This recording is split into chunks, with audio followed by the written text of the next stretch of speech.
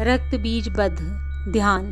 मैं आणिमा आदि सिद्धिमयी किरणों से आवृत भवानी का ध्यान करती हूँ। उनके शरीर का रंग लाल है, नेत्रों में करुणा लहरा रही है और हाथों में पाश, अंकुश, बाण और धनुष शोभा पाते हैं। ऋषि कहते हैं, चंड और मुंड नामक दैत्यों के मारे जाने पर और बहुत सी सेना का संहार हो जाने पर दैत्यों के राजा प्रतापी शुंभ के मन में बड़ा क्रोध हुआ और उसने दैत्यों की संपूर्ण सेना को युद्ध के लिए कूच करने की आज्ञा दी।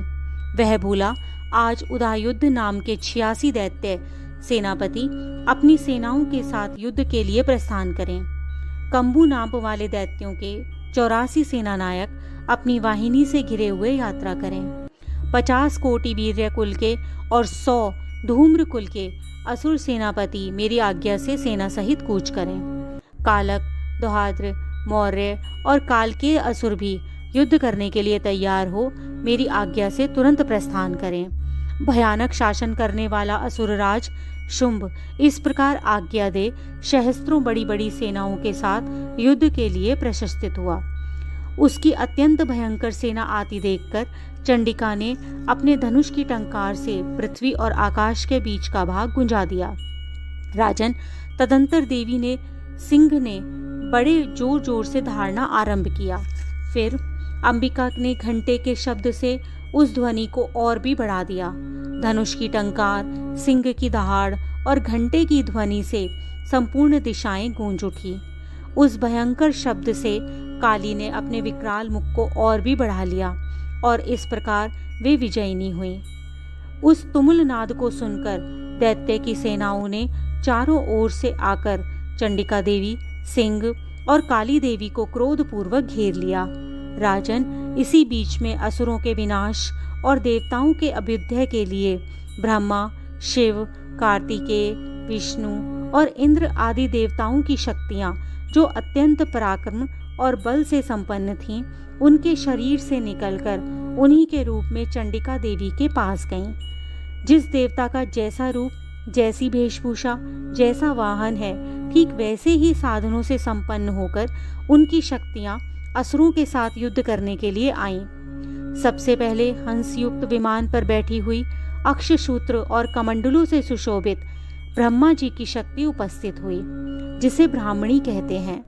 महादेव जी की शक्ति ऋषभ पर आरूढ़ होकर हाथों में श्रेष्ठ त्रिशूल धारण किए, महानाग का कंकण पहने, मस्तक में चंद्र रेखा से विभूषित हो वहां पर आ पहुंची। कार्तिकेय जी की शक्ति रूपा जगदम्बिका उन्हीं का रूप धारण किए श्रेष्ठ मयूर पर आरूढ़ होकर हाथ में शक्ति लिए दैत्यों से युद्ध करने के लिए आई। इसी प्रकार भगवान विष्णु की शक्ति गरुड़ पर विराजमान हो शंख, चक्र, गदा, शांग्र, धनुष और खड्ग हाथ में लिए हुए वहां आई।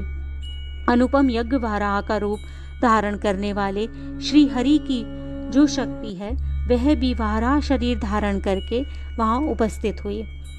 नारसिंही शक्ति भी नरसिंह के समान शरीर धारण करके वहां आई। उसकी गर्दन के बालों के झटके से आकाश के तारे बिखरे पड़ते थे। इसी प्रकार इंद्र की शक्ति वज्र हाथ में लिए गजराज ऐरावत पर बैठकर आई। उनके भी सहस्त्र नेत्र थे। इंद्र का जैसा रूप है वैसा ही उनका भी था। तदंतर उन देव शक्तियों से घिरे हुए महादेव जी ने चंडिका जी से कहा, मेरी प्रसन्नता के लिए तुम शीघ्र ही इन असुरों का संहार करो। तब देवी के शरीर से उत्पन्न भयानक और परम उग्र चंडिका शक्ति प्रकट हुई, जो सैकड़ों गीदड़ियों की भांति आवाज करने वाली थी।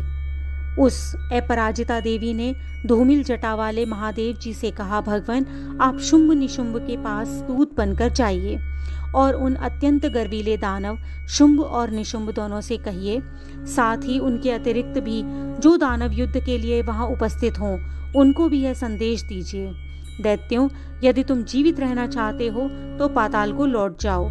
इंद्र को त्रिलोकी का राज्य मिल जाए और देवता अपना अपना यज्ञ भाग उपभोग करने लगे। यदि बल के घमंड में आकर तुम युद्ध की अभिलाषा रखते हो तो आ जाओ, मेरी शिवाएं तुम्हारे कच्चे मांस से तृप्त हों। चूंकि उस देवी ने भगवान शिव को दूत के कार्य के लिए नियुक्त किया था, इसलिए वह शिव दूती के नाम से संसार में विख्यात हुई। वे महादैत्य भी भगवान शिव के मुख से देवी के वचन सुनकर क्रोध में भर गए और जहाँ कात्यायनी विराजमान थी उस ओर बढ़े। तदंतर वे दैत्य अमर्ष में भरकर पहले ही देवी के ऊपर बाण, शक्ति और सृष्टि आदि अस्त्रों की वृष्टि करने लगे।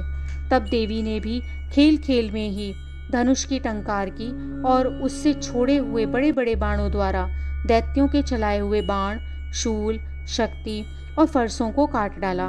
फिर काली उसके आगे होकर शत्रुओं को शूल से प्रहार से विदीर्ण करने लगी और खटवांग से उनका कचूमर निकालती हुई रणभूमि में विचरने लगी।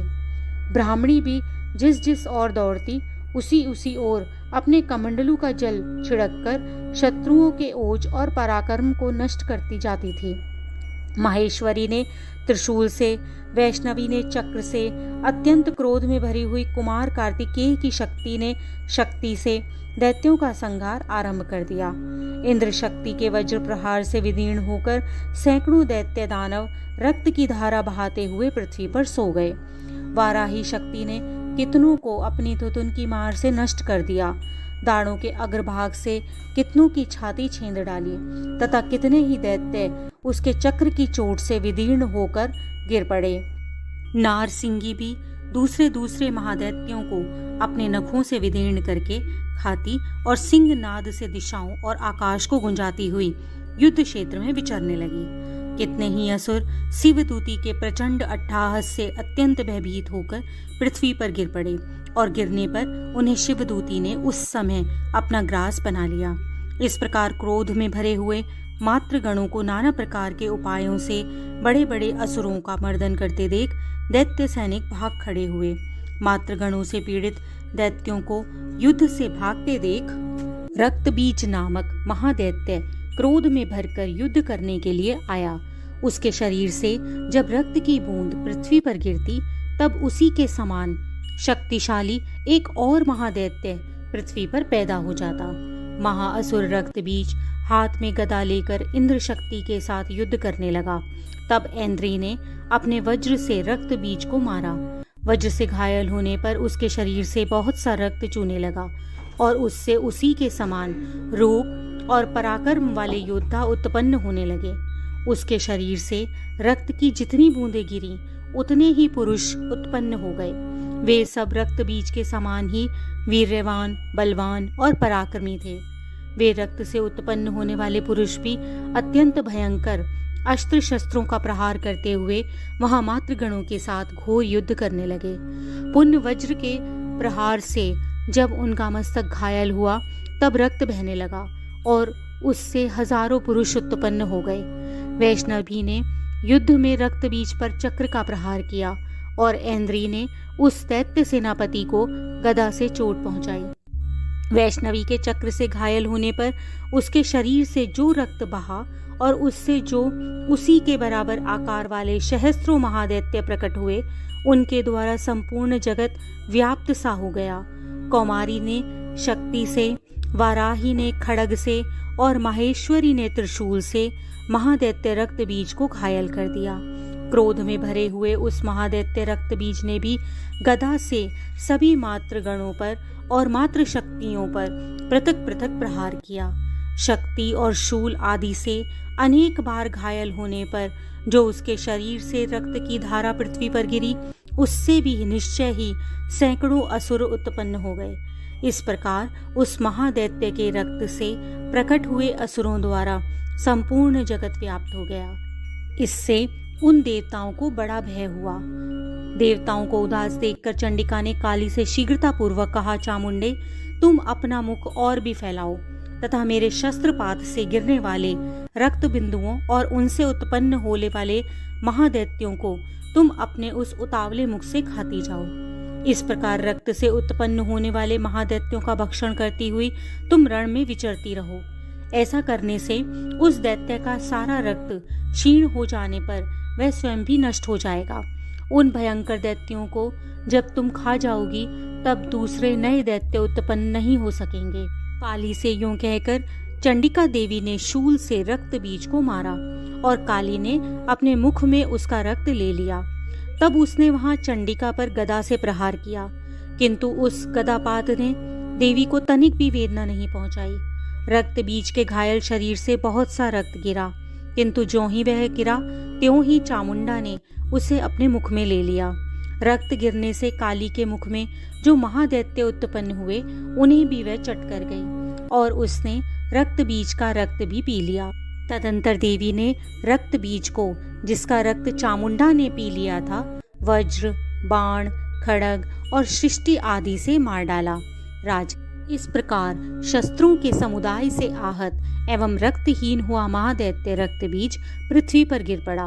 नरेश्वर, इससे देवताओं को अनुपम हर्ष की प्राप्ति हुई और मातृगण उन असुर के रक्तपान के मद से उद्धत सा होकर नृत्य करने लगा। इस प्रकार श्री मार्कंडेय जी पुराण में सार्वणिक मनवंतर की कथा के अंतर्गत देवी महात्म रक्त बीज बद्ध नामक 8वां अध्याय संपूर्ण हुआ। 9वां अध्याय निशुंभ बद्ध। ध्यान। मैं अर्धनारीश्वर के श्री विग्रह की निरंतर शरण लेती हूँ। उनका वर्ण बंदूक पुष्प और सुवर्ण के समान रक्तपीत मिश्रित है। वह अपनी भुजाओं में सुंदर अक्षमाला, पाश, अंकुश और वरद मुद्रा धारण करता है। अर्धचंद्रमा उसका आभूषण है तथा वह 3 नेत्रों से सुशोभित है। राजा ने कहा, भगवान, आपने रक्त बीज के बध के संबंध में देवी चरित्र का यह अद्भुत महात्म मुझे बतलाया।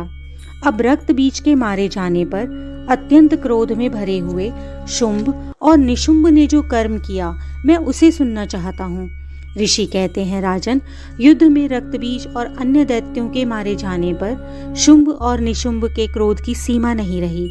अपनी विशाल सेना इस प्रकार मारी जाती देखकर निशुंभ अमर्ष में भरकर देवी की ओर दौड़ा। उसके साथ असुरों की प्रधान सेना थी। उसके आगे, पीछे और पार्श्व भाग में बड़े बड़े असुर थे, जो क्रोध से होठ चबाते हुए देवी को मार डालने के लिए आए। महापराक्रमी शुंभ ने भी अपनी सेना के साथ मातृगणों से युद्ध करके क्रोधवश चंडिका को मारने के लिए आ पहुंचा।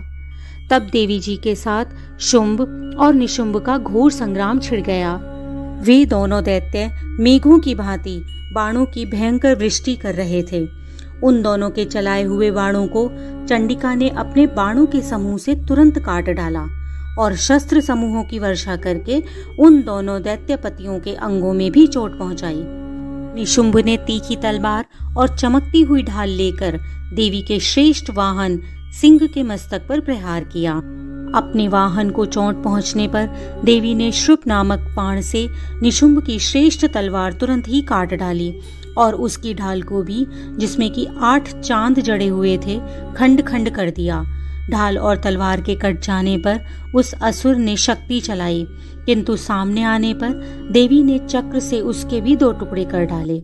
अब तो निशुंभ क्रोध में जल उठा और उस दानव ने देवी को मारने के लिए शूल उठाया, किंतु देवी ने समीप आने पर उसे भी मुक्के से मारकर चूर्ण कर दिया। अब उसने गदा घुमाकर चंडी के ऊपर चलाई, परंतु वह भी देवी के त्रिशूल से कटकर भस्म हो गई। तदंतर दैत्यराज निशुंभ को फरसा हाथ में लेकर आते देख देवी ने बाण समूहों से घायल कर धरती पर सुला दिया। उस भयंकर महापराक्रमी भाई निशुंभ के धराशायी हो जाने पर शुंभ को बड़ा क्रोध आया और अंबिका का वध करने के लिए वह आगे बढ़ा। रथ पर बैठे बैठे ही उत्तम आयुधों से सुशोभित अपनी बड़ी बड़ी 8 अनुपम भुजाओं से समूचे आकाश को ढककर वह अद्भुत शोभा पाने लगा। उसे आते देखकर देवी ने शंख बजाया और धनुष की प्रत्यंचा का भी अत्यंत दुस्सह शब्द किया। साथ ही अपने घंटे के शब्द से, जो समस्त दैत्य सैनिकों का तेज नष्ट करने वाला था, संपूर्ण दिशाओं को व्याप्त कर दिया।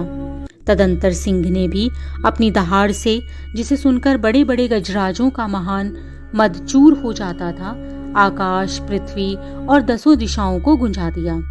फिर काली ने आकाश में उछलकर अपने दोनों हाथों से पृथ्वी पर आघात किया।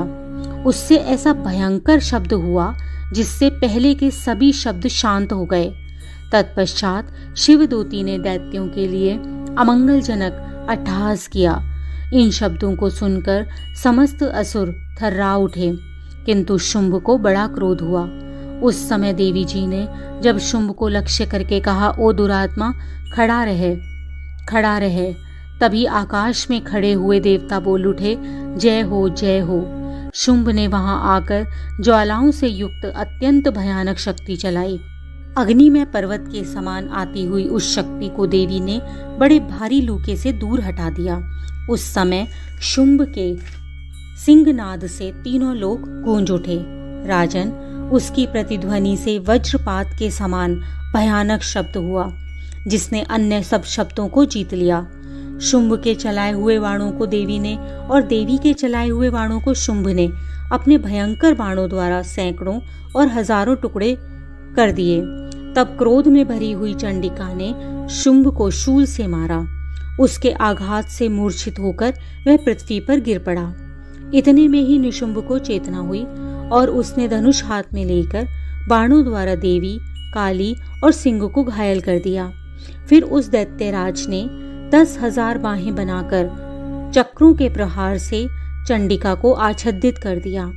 तब दुर्गम पीड़ा का नाश करने वाली भगवती दुर्गा ने कुपित होकर अपने बाणों से उन चक्रों तथा बाणों को काट गिराया।